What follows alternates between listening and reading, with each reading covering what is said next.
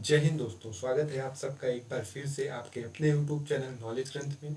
आज हम आपके लिए करंट में रहने वाले एक न्यूज़ लेके आए हैं जिसको हम डिटेल से समझने वाले हैं कि एमपी गवर्नमेंट ने एक ऑर्डर इशू किया है आज ही, जिसमें उन्होंने बोला है कि आपका ओबीसी में वो रिजर्वेशन 27% करने वाले हैं, जो पहले आपका 14% के आसपास था।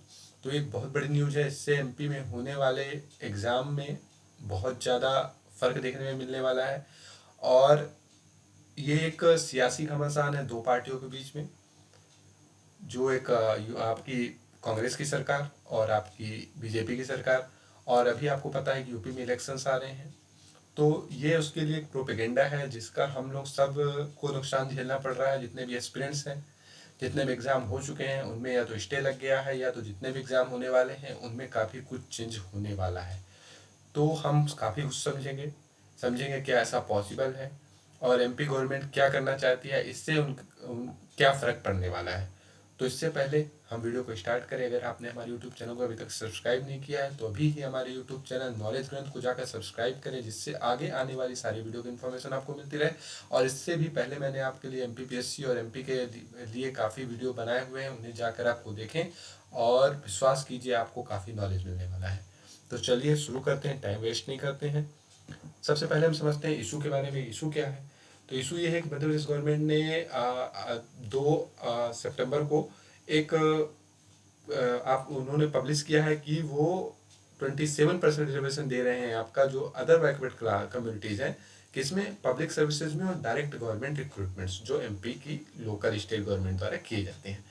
और वहाँ के जो एडवोकेट जनरल हैं पुष्पेंद्र कौरव जी, उन्होंने ये अपना ओपिनियन जो है आपका जनरल एडमिनिस्ट्रेशन डिपार्टमेंट जो होता है उसको कन्वे किया है कि जिस केस के लिए हाई कोर्ट में आपका डिसीजन पेंडिंग है, उनके अलावा जितनी भी वैकेंसीज हैं उनमें आप 27% का रिजर्वेशन जो है वो लागू कर देना चाहिए।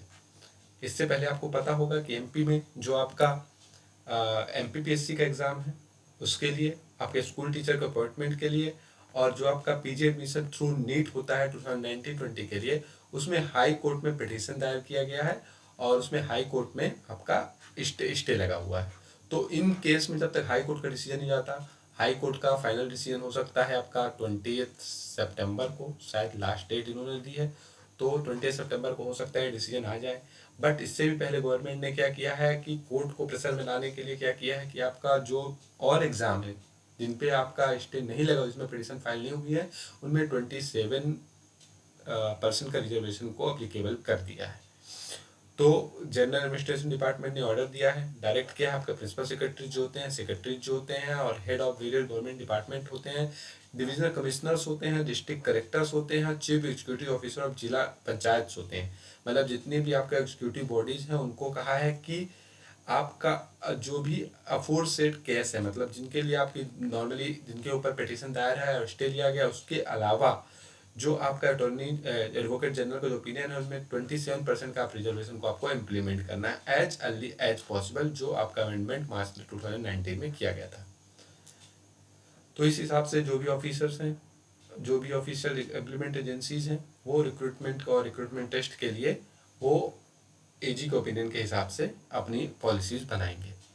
ठीक है, तो आगे समझते हैं। तो एक्चुअली क्या था, कमलनाथ गवर्नमेंट जब थी इससे पहले, तो उन्होंने डिसाइड किया था कि हम ओबीसी रिजर्वेशन को 27% कर देंगे, जो अभी फिलहाल 14% है। ठीक है, मार्च 2019 में।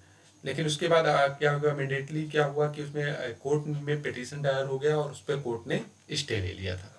तो उसके बाद बीजेपी गवर्नमेंट आई। बीजेपी गवर्नमेंट डिसाइड किया कि उन्होंने अभी क्या किया है कि आपका सॉलिसिटर जनरल ऑफ इंडिया जो है, आपको पता होगा तुषार मेहता जी हैं, उनको आपका सितंबर 1 को chief minister Shivraj Singh Chouhan personally मिले न्यू दिल्ली में, और उन्होंने कोशिश की कि कोर्ट ने जो स्टे लिया उसको हटा दें, लेकिन हाई कोर्ट ने अभी तक ऐसा कोई भी ऑर्डर पास नहीं किया है। उन्होंने स्टे को नहीं हटाया है, जारी रखा है।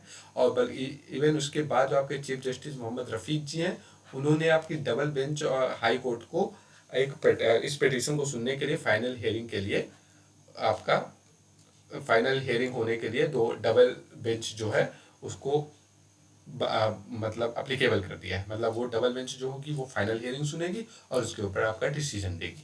ठीक है, तो ये इशू इम्पोर्टेंट क्यों है? ये इशू हमारे लिए नुकसानदायक है। जितने भी एस्पिरेंट हैं, जितने भी एग्जाम देने वाले, जितने लोग प्रिपरेशन कर रहे हैं, उनके लिए बहुत नुकसान, क्योंकि बहुत एग्जाम में स्टे लग चुके हैं, बहुत एग्जाम जो आने वाले हैं उनकी वैकेंसीज डिले हो रही हैं, रिजल्ट डिले हो रहे हैं। बट ये जो इसका जो फायदा होने वाला है वो पॉलिटिशियंस को होने वाला है, बिकॉज ये जो है आपका एक क्रेडिट का क्लेम लेने वाली बात है कि आपका क्या है कि आपका अभी जैसे आपको पता है कि स्टेट गवर्नमेंट ने आपका कास्ट सेंसस 2011 के हिसाब से उसकी जो कम्युनिटी ओबीसी कम्युनिटी वहाँ पे जो है 50.9% है, जो total population of the state है, और जिसमें से करीब 14% को ही अभी तक रिजर्वेशन मिला है, जिसमें जो 20% आपका एसटी के लिए और 60% एससी के लिए आपको मिला है। ठीक है। और गवर्नमेंट जो आपका इंदिरा स्वामी केस अगर आपने पढ़ा हो उसमें उसके हिसाब से आप किसी भी स्टेट में 50% से ज़्यादा रिजर्वेशन नहीं बढ़ा सकते हैं। ठीक है। तो आपका हाफ ऑफ द पॉपुलेशन जो है वो ओबीसी कम्युनिटी से बिलोंग करती है, तो इसलिए आपका इलेक्शन के चांस में हो सकता है इलेक्शन के टाइम पे जो आपका बाईपोल इलेक्शन आने वाला है लोकसभा का और 3 असेंबली सीट्स का और 2030 का, उसके अलावा आपका 2022 में जो असेंबली पोल होने वाला है उत्तर प्रदेश में, उसमें ये जो पॉपुलेशन है, बिकॉज देखिए जब किसी स्टेट में ओबीसी जो है उनको उनका रिजर्वेशन बढ़ा दिया जाएगा तो अदर स्टेट या देश में जो भी ओबीसी कम्युनिटी है वो इस होप में कि हमारे लिए भी ये फायदा होने वाला है, हमारे लिए रिजर्वेशन मिलने वाला है, वो क्या करेगी, आपको वोट करेगी। तो इसलिए ये जो पॉलिटिकल पार्टी उनका प्रोपेगेंडा होता है, तो इस वजह से ये हमारे लिए नुकसानदायक है, लेकिन पॉलिटिशियंस के लिए काफ़ी फायदेमंद है। आगे हम समझते हैं। अगर आप सिविल एस्पिरेंट हैं तो आपको ये पता होना चाहिए कि क्या सिचुएशंस अभी चल रही हैं और इसके लिए क्या आपका कंडीशंस हैं कि आपका रिजर्वेशन 50% से ऊपर नहीं करना चाहिए। तो इंदिरा साहनी केस जो बना था आपका 1992 के आसपास, 1992 में अगर मैं राइट हूँ, तो उस केस में कहा गया था कि आपका कोई भी रिजर्वेशन जो है स्टेट में 50% से ऊपर नहीं हो सकता। इवन उसके बाद भी जितने बहुत सारे स्टेट्स हैं, आपका हरियाणा हो गया, गुजरात हो गया, महाराष्ट्र हो गया, इवन तमिलनाडु हो गया, आंध्रा, तेलंगाना, उन्होंने अभी रिजर्वेशन को जो है 50% से ऊपर कर दिया। तो उनमें काफ़ी स्टे भी चल हो गए, कई केसों में तो स्टे भी हो ले लिया गया है और कई केसों में आपका केसेस चल रहे हैं।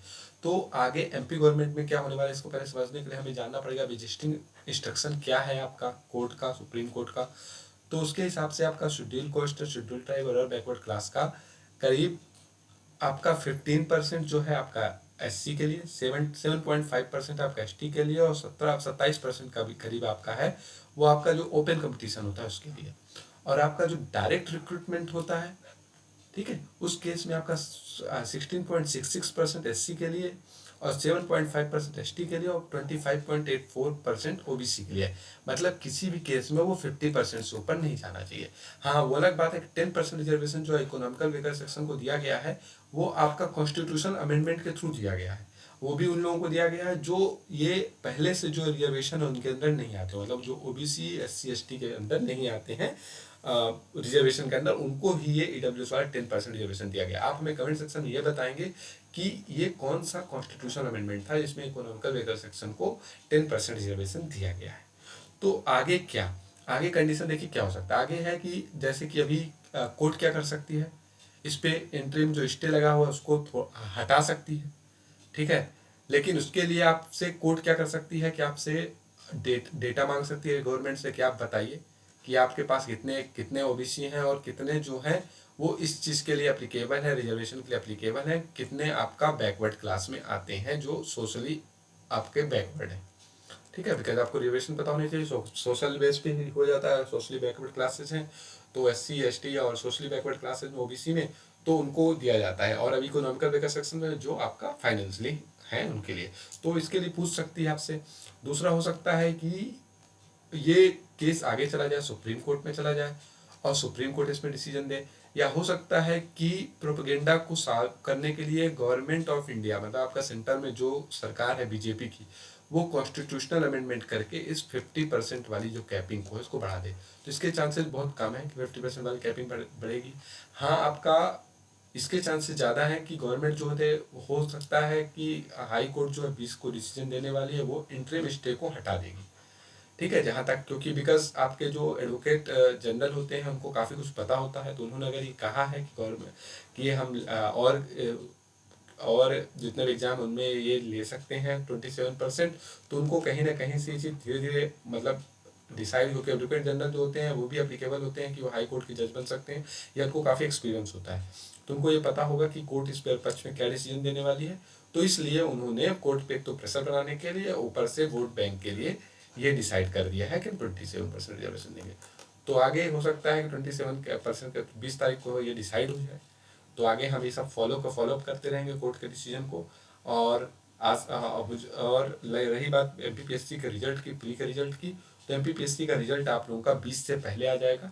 हो सकता है कि आपका 10 सितंबर से पहले आपका एमपीपीएससी प्री का रिजल्ट आ जाएगा, और मेंस का भी रिजल्ट जो आपका 2019 का है वो आ जाएगा। तो आशा करता हूँ आपको वीडियो समझ में आई होगी, और आपको समझ में आई है तो प्लीज़ हमें लाइक करें, सब्सक्राइब करें, और thank you very much for watching. God bless you all.